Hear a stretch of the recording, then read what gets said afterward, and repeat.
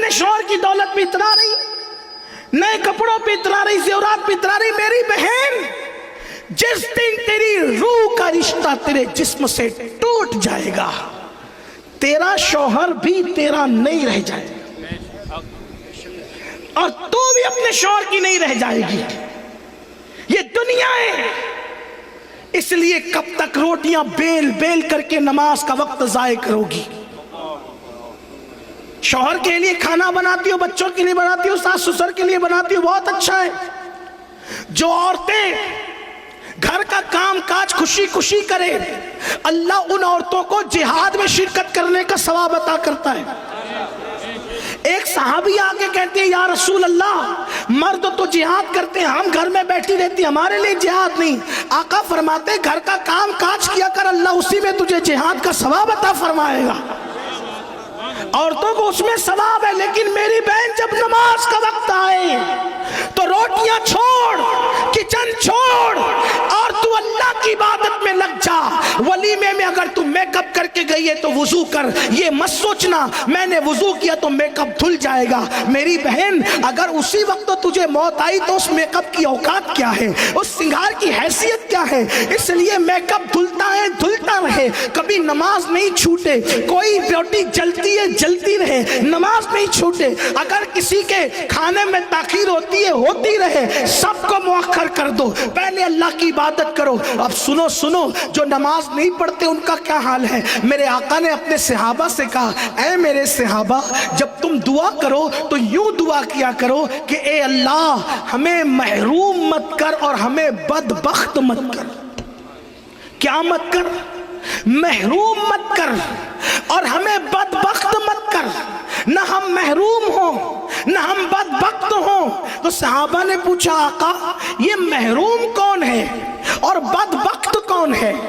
آپ کہتے ہیں نا یار وہ کماتا ہے تو برکت نہیں ہوتی, بدبخت ہے. لوگ کہتے ہیں ایسا. کہاں تک صحیح ہے کہاں تک غلط ہے تو مفتیان کرام بتائیں گے. میں کوئی مفتی نہیں, میں تو آپ کا بھائی ہوں, آپ کا خادم ہوں. لیکن لوگ کہتے ہیں کہ یہ بدبخت ہے, رشتے نہیں آتے کہتے بدبخت ہیں, بیوی مر گئی تو کہتے بدبخت ہیں, شوہر مر گیا تو کہتے بدبخت ہیں. لیکن حضور کے نزدیک بدبخت کون ہے؟ بدبخت حضور کس کو کہتے ہیں؟ آقا نے فرمایا میرے صحابہ دعا کرو اللہ تمہیں محرومی سے اور بدبختی سے بچائے. تو صحابہ نے پوچھا یا رسول اللہ محروم کون ہے, بدبخت کون ہے؟ تو میرے آقا نے فرمایا جو نماز چھوڑ دے وہ محروم بھی ہے اور وہ بدبخت بھی ہے. ہم کہاں ہیں؟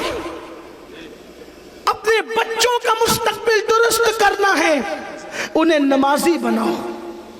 اپنی بچیوں کا مستقبل بہتر کرنا ہے, انہیں نمازی بناؤ. عہد کرو کہ کیسے بھی حالات ہوں نماز نہیں چھوٹے گی. نماز میرے آقا کی آنکھوں کی ٹھنڈک ہے. تو میں نے کیا بات عرض کی تھی کہ بے ادبی کے دو طرح کے پہلو نکلتے. نمبر ایک کہ نبی کی بات کو نہ ماننا, یہ بھی ایک بے ادبی کا پہلو نکالتا ہے, اور اس کی تشریح میں نے تھوڑی سی عرض کر دی. ٹھیک. دوسرا پہلو کیا ہے کہ نبی کی شان میں ایسے کلمات کہنا جو نبی کے شایان شان نہ ہو. مثال کے طور پر سمجھانے کے لیے کہتا ہوں, یہ مصباحی صاحب ان کے بارے میں کوئی کہے کہ یار یہ تو بندہ میری طرح ہے, کیا کہیں یہ مصباحی صاحب تو میری طرح ہے, مبارک صاحب میری طرح ہے. اس کا کیا مطلب نکلا؟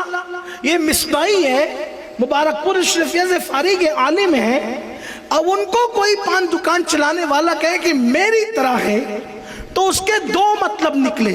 توجہ کرنا, غلط کہوں تو آپ ابھی اٹھ کے بات کر سکتے ہیں یا جلسے کی بات کر لیں. اگر آپ بہت زیادہ باادب ہے, اللہ کرے ایسا ہی ہو کہ آپ جلسے کے بعد ہی کریں تو زیادہ اچھا ہوگا, رکاوٹ نہیں ہوگی. میں آپ کو بات کرنے کے لیے تیار ہوں. دو مطلب نکلے, بلکہ آپ سمجھ سکتے ہیں, میں کوئی غلط نہیں کہہ رہا ہوں. نمبر ایک کہ آپ بھی مصباحی ہو, آپ کہہ رہے ہو کہ یہ تو میری طرح ہے, میں ان کی طرح, مطلب آپ بھی مصباحی ہو, عالم و اشرفیہ میں پڑے ہوئے ہو. ایک مطلب تو یہ نکلا.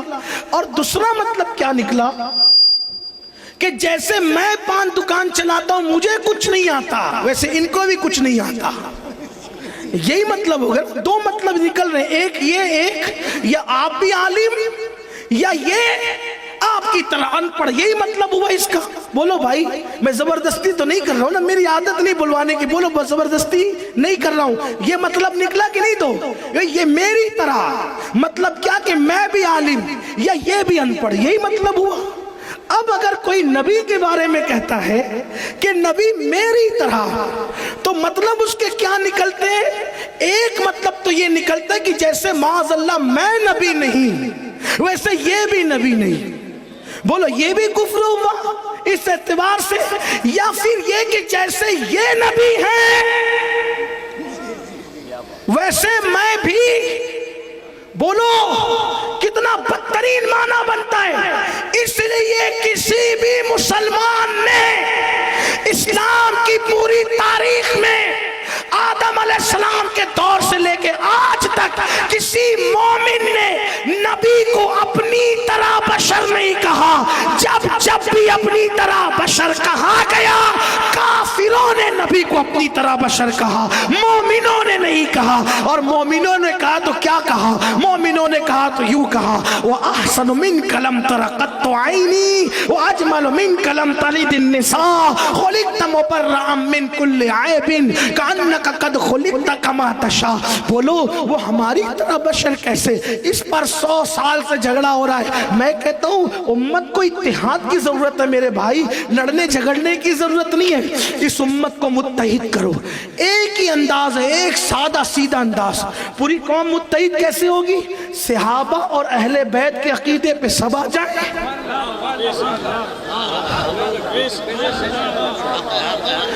ابو بکر نے جو کہا صدیق اکبر نے وہی سب کہو, مولا کائنات نے جو کہا سب کہو. اور مولا علی نے کیا کہا؟ حضور نے ان کو اپنا بھائی کہا. اچھا حضور نے ان کو بھائی کہا, لیکن انہوں نے پلٹ کر پوری زندگی کبھی نبی کو بھائی, بولو کبھی بھائی, بلکہ کیا کہا بتاؤں؟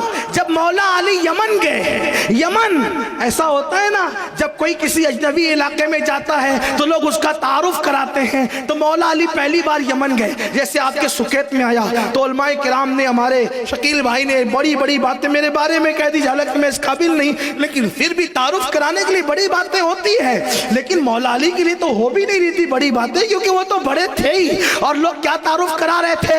یمن والوں یہ اخی رسول ہیں, یہ زوج بطول ہیں, یہ حسنین کے بابا ہیں, یہ فاتح خیبر ہیں, یہ فاتح بدر و حنین ہیں, یہ باب مدینۃ العلم ہے, یہ خاتم الولایت ہے. مولا کائنات بیٹھے دے گا تو چپ رہے, اب میں اپنا تعارف کراتا ہوں کہ علی کون ہے.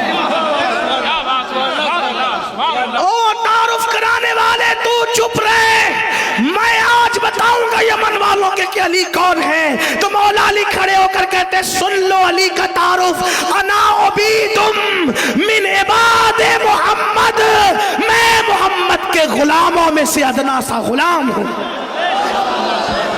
یہ صحابہ کی بولی ہے, یہ بولی صحابہ کی ہے. حضور اپنی طرح بشر ہو ہی نہیں سکتے. اس پہ بات بہت چل سکتی ہے, میں زیادہ لمبی نہیں کرتا.